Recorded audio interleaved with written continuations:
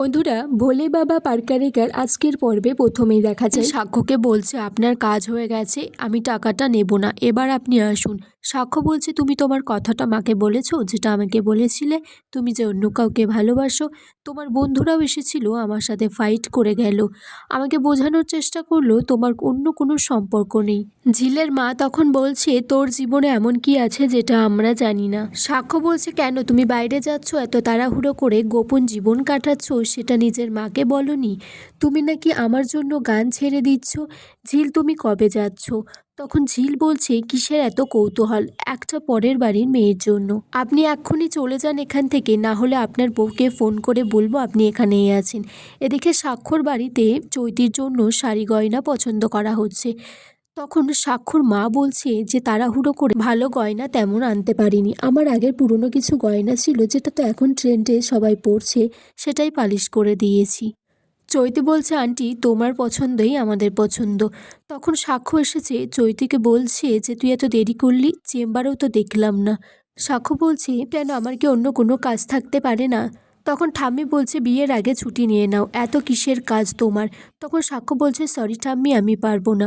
সাক্ষর মা বাবাকে বলছে শাড়ি গয়না দেখে দাও। সাক্ষর বাবা বলছে আমার এইসব ব্যাপারে একদম ইন্টারেস্ট নেই। চৈতি বলছে কেন আঙ্কেল, তোমার কি আমাকে পছন্দ নয় তোমার ছেলের বউ হিসেবে? সাক্ষর মা তখন সাক্ষ্যকে বলছে তুমি কিন্তু এখনও বললে না কোথায় গিয়েছিলে। সাক্ষ্য বলছে মা প্লিজ, আমার তো ব্যক্তিগত কাজ থাকতেই পারে। চৈতি বলছে গয়নাগুলো খুব ভারী, আমি কিভাবে পরবো, কিন্তু খুব পছন্দ হয়েছে। আবার এদিকে টেনশনও হচ্ছে, মানে বাবা মাও টেনশন করছে। যতই হোক ওনাদের মেয়ের বিয়ে বলে কথা, সব কিছু কীভাবে গোছাবে। ওর সাক্ষর বাবা বলছে কেন, তোমরা ঘর ভাড়া পাচ্ছিলে না বলেই তো আমরা ম্যানেজ করলাম। তখন চৈতি সাক্ষ্যকে বলছে মা বলেছে তোকে নিয়ে যেতে ব্লেজারটা কেনার জন্য, এখন তুই বলছিস যে যাবি না। ঠিক সেই সময় ঝিলের দিদি এসেছে আর বলছে যে আমি অসময়ে চলে এলাম, আসতে পারি? আসলে সাক্ষ্য আমাদের বাড়িতে এটা ফেলে এসেছিল, ঝিল বলল যে এখনই ওটা ফেরত দিতে।